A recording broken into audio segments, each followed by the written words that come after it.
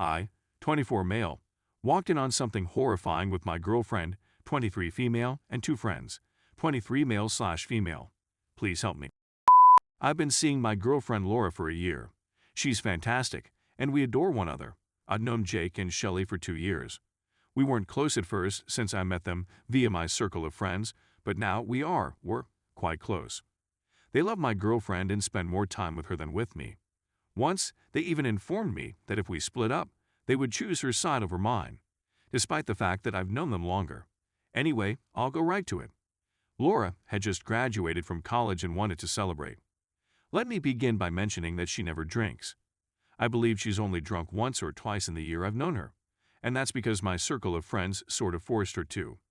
She can't take booze since she's so little and has no tolerance. This will come in handy later. He chuckles and claims it was all a prank, that they took the images to mock Laura and play a joke on her in the morning. I take her up from the ground and we walk away. Guys, she was so inebriated she couldn't even walk. She was puking all the time, weeping all the time, and couldn't see straight, while my mates were absolutely sober. What the heck is this? He put her to bed and then got a text from Shelley stating I shouldn't be upset since it was all a joke.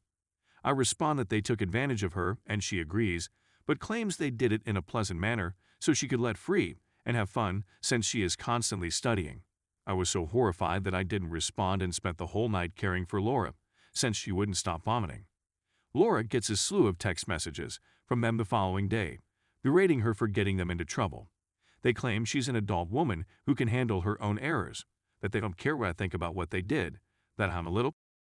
So Jake and Shelley invite her to their house when I am at work, and I am unable to go. The idea was for them to pick her up and drive her to their apartment, then for me to pick her up after work so she wouldn't drink and drive or have to stay the night. Everything is okay. I trust them, and I know they are experienced drinkers who would keep an eye on her. I leave work at 2 a.m. and go over to their house. I knew Laura was intoxicated at this point because of the messages I was receiving from her, so I knew I had to take care of her. But then I arrived to their home and discover something horrible. Laura is unconscious on the ground, Shelley is on top of her, making out with her, and Jake is filming everything on his phone. I panic out and ask him what is going on. Then I grab his phone and erase the videos and photographs. And that it's all her responsibility, since she forced them to make the video. If you could see how incoherent and blacked out my partner was, you'd realize she couldn't even get up, much alone push anybody to do anything. She's been sobbing all day, going back and forth between yes, it was all her fault, and no, they were filthy. They continue to chastise and ridicule me for being furious, claiming that I am overreacting to a simple prank that they were planning to perform on her. I'm at a loss on what to do. Please help. Am I mistaken? Because I don't believe I am, but Jake and Shelley are circulating tales about it, portraying me as a possessive, controlling jerk and my girlfriend as a stupid drunk who forced them to behave poorly. Update. For many days after the event, they phoned my girlfriend repeatedly, blaming her and telling her it was her fault. She had revealed to them that she was blackout drunk and couldn't remember anything, and they jumped on that knowledge by feeding her fake tales about what really occurred, and accusing me of lying and being a controlling jerk who just wanted to separate her from her genuine friends. They then proceeded to tell her horrible stories about my past, that I did drugs, when I was 18 for God's sake, that I was once arrested for drunk driving, a mistake I admitted to as soon as she and I met, and she was aware of it from the start, that I've slept with multiple women, and that Laura is just another number to me. Guys, I'll confess that I used to be a party animal with a horrible history, but I'm a different guy now, and I love my fiancée with all of my heart. It stung that they were using my history against me to get her to join their cause. So I advised her to go to the police station and submit a complaint, and she consented. They flipped when she told them to stop pestering her out. Then they came to our home late at night to attempt to speak to her. They left snacks and gifts for her at our door, and they even enlisted the help of her parents. Her parents are not fools, and as soon as I informed her what they did to Laura, she barred them from the home and threatened to call the cops if they returned. It was a bizarre situation, given that they left handwritten messages for her parents to read, marked "Love, your beloved son and daughter." Laura spent several nights in my arms, sobbing with remorse and uncertainty. After weeks of harassment, we went to the police station and filed a case. She didn't want to pursue charges. I'm working on rebuilding her self-esteem so she can do it if she ever wants to. The cops told her that she has enough evidence to bring charges against them, since she had the messages in which they acknowledged to taking advantage of her, and that if she does, they can take their phones and check for their video. I'm still not sure how it would work, but I'm not going to argue with it. Laura only wanted to submit a report so that if anything were to happen in the future, there would be a paper trail. She's thinking about getting a restraining order against them, but they've stopped and gone quiet. We have lost touch with them and any other friends who believe their falsehoods.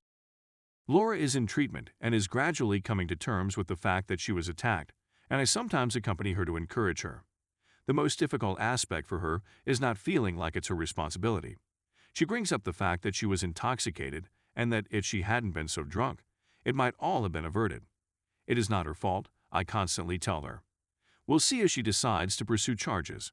I can't make her do anything she doesn't want to do, but I will back her in anything she decides. So there you have it.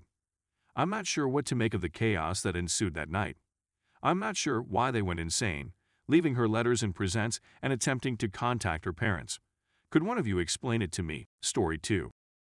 My wife, 32 female, cheated on me, 29/male, and I stuck around, trying to determine how long is long enough and how much is enough. So I discovered out this summer that my wife of 3.5 years had been cheating on me with a coworker of hers. It had been going on for approximately 6 months when I discovered it and confronted her. After a few weeks and several chats, I decided to give it a go. I knew I loved her, and even though she had harmed me, I felt compelled to make it work. I didn't want to fail and then be sorry. We agreed she should go while we tried to make things work. That was something I knew I wanted and thought would help us all determine what we wanted. After 8 months, I can honestly say that our relationship is better than it has been in a long time most of the time. We communicate much better now, and I believe we have a stronger overall connection. The trouble is that she sometimes becomes outraged by some imagined insult and attacks me personally. She believes that my friends and relatives who are aware of what occurred, just a few are aware, dislike her, and are always disparaging her. They are not. Or if I don't do anything she wants assistance with right away, she believes it's because I don't want to be with her and begins gossiping about me, my friends, and my family. She asked me today, for example, if I could come over and give her dog a pill, since it's so huge and she doesn't enjoy doing it. I replied I could, but I needed to visit a friend's infant. She then rants about how I don't put her first and how she's going to hang out with men who are more attractive than me. She told me I was overweight, that she was the best I'd ever do, that she was better than me, all my friends and family, and that no matter what happened, she came from money and I didn't, so she'd always be better than me. She essentially becomes aggressive and manipulative verbally. If I attempt to ignore her, she begins texting that she has a medical problem and has to get to the hospital. Basically, she's attempting to trick me into talking to her. She says things that are really cruel, and she says them because she is wounded and furious. The issue is, I am not the one who harmed her. She's done this maybe 5 times in the last 8 months, and I'm at my wit's end. I'm at a loss on what to do.